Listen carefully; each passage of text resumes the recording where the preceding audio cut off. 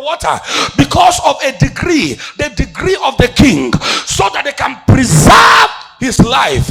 Ladies and gentlemen, when the princess came and took Moses out of the water, and then she named Moses Moses.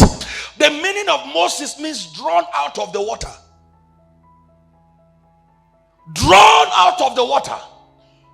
Moses cannot explain why he displayed anger the way he displayed anger. Moses' level of anger is, Moses could disobey God. A man that saw God face to face and was able to write from Genesis to the book of Deuteronomy. A man that had encounter with God. How many of you read the Bible? That Moses went to the mountain 40 days, was there with God. After 40 days, came down with the 2 tablets of commandment that God used his finger to write. With all of that encounter, when Moses came down and saw the children of Israel turn their back on God, out of his uncontrollable anger, he broke the tablets of commandments. You think, let me talk to you. You think I will spend 10 days doing dry fasting and I will leave the presence of God and my flesh will not be under control? Then what is the essence of the fasting? But a man spent 40 days with God.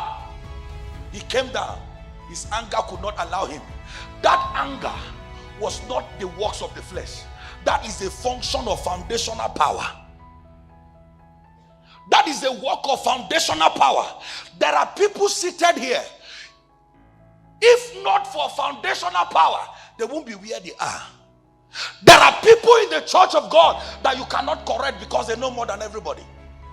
There are people, no matter how you try to talk to them, they will never hear you because they believe that they know more than you.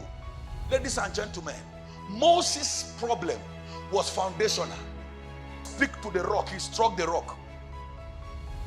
He saw the promised land, ate the fruit of the promised land, but foundation said you can't enter. He never entered. The worst of all is that when Moses died, the Bible said the angel of God came to carry his body, and Satan also came. I want to ask a question.